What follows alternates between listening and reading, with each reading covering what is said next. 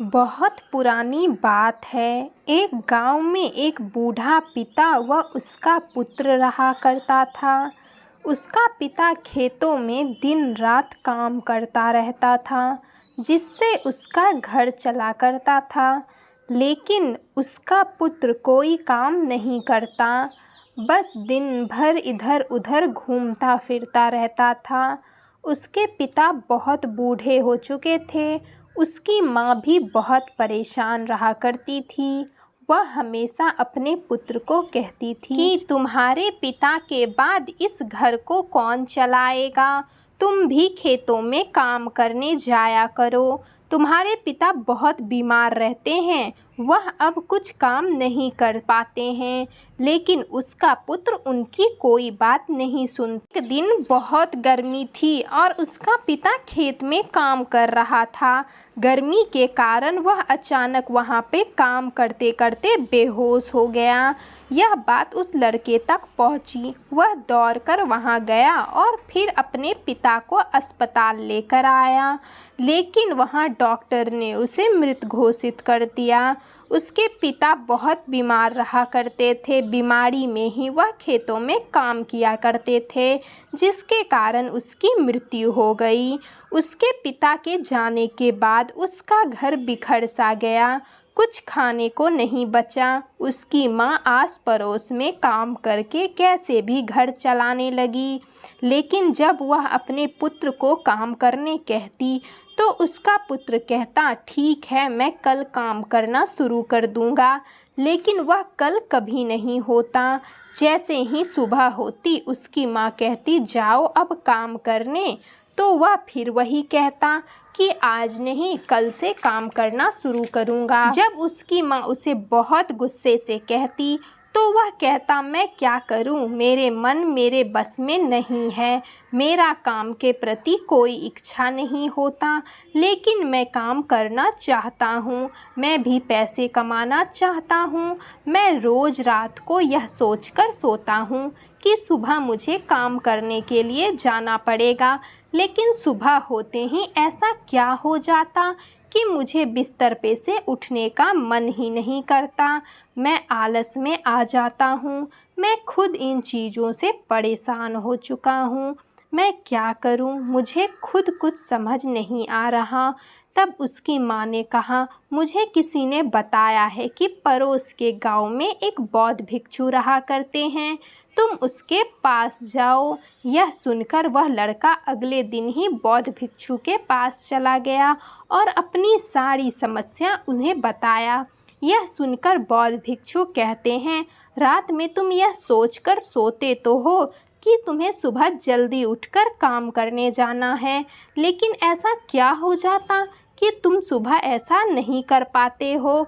यह सुनकर वह लड़का बोला, यही बात तो मैं आपसे जानने आया हूँ। फिर बौद्ध भिक्षु ने कहा, तुम खुद को तो बदलना चाहते हो, लेकिन खुद को बदलने का जोश तुम्हारे अंदर 2 मिनट की ही रहती है। 2 मिनट में जब जोश ठंडा हो जाता है तो तुम फिर सब कुछ भूल जाते हो। लेकिन तुम्हें खुद के अंदर का जोश को जिंदा रखना होगा। तुम्हें हमेशा खुद को यह याद दिलाना होगा कि तुम्हें भी कुछ कर सकते हो। लेकिन तुम्हें खुद के अंदर के जोश को जिंदा रखना होगा। तुम्हें हमेशा खुद को यह याद दिलाना होगा कि तुम्हें भी कुछ करना है। तुम जैसे अपने काम को करने के बारे में सोचते हो, तुम्हें हमेशा अपने काम के बारे में ही सोचना पड़ेगा, तभी तुम अपने जीवन में कुछ कर पाओ। और तुम्हारा आलस भी हमेशा नहीं रहेगा। तुम अपने जीवन में जो सोचोगे वह बनो। और सबसे बड़ी बात, तुम अपने मन को शांत रखो, क्योंकि जितना तुम अपने मन को शांत रखोगे उतना ही तुम अपने काम के बारे में ज़्यादा सोचोगे।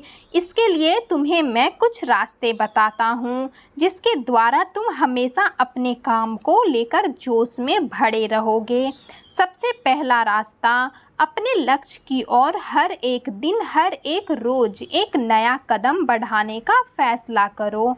तुम्हें पूरा काम एक दिन में ख़त्म नहीं करना है। हर एक रोज़ थोड़ा थोड़ा काम करके सारा काम करना है। जो भी काम हो उसे रोज़ करो, चाहे तुम्हारा मन हो अन्यथा ना हो। किसी भी काम को एक दिन में पूरा नहीं करना है। तुम खुद सोचो, क्या तुम अपने खेतों में एक दिन में फसल उगा सकते हो? नहीं ना। तुम्हें उसके लिए रोज़ खेत जाने होंगे, तुम्हें रोज़ देखभाल करने पड़ेंगे, रोज़ खेतों में पानी डालना पड़ेगा और भी ना जाने कितने काम तुम्हें रोज़ करने पड़ेंगे।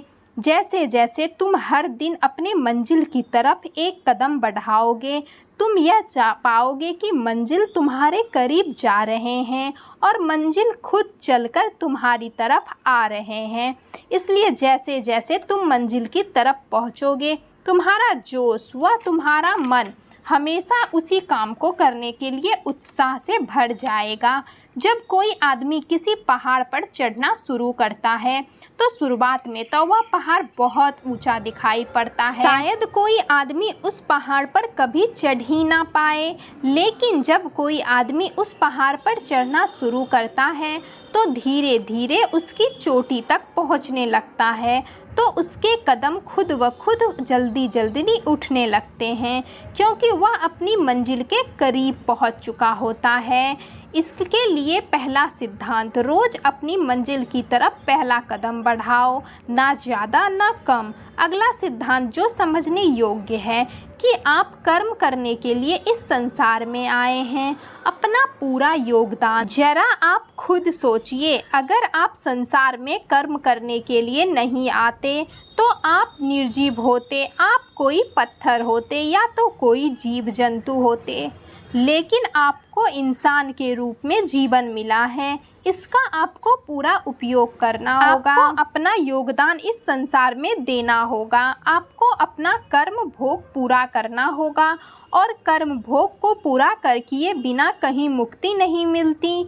यह सब बातें सुनकर उस लड़के को काम करने की इच्छा होने लगी और उस काम को वह अपना कर्म समझने लगा और पूरे मन से अपना काम के रूप में एक सुखी जीवन जीने लगा। तो दोस्तों, यह वीडियो आपको कैसा लगा नीचे कमेंट करके हमें ज़रूर बताएं। वीडियो अच्छा लगा हो तो वीडियो को लाइक कर दें और हाँ, अगर चैनल पे नए आए हुए हैं तो चैनल को सब्सक्राइब भी कर लें।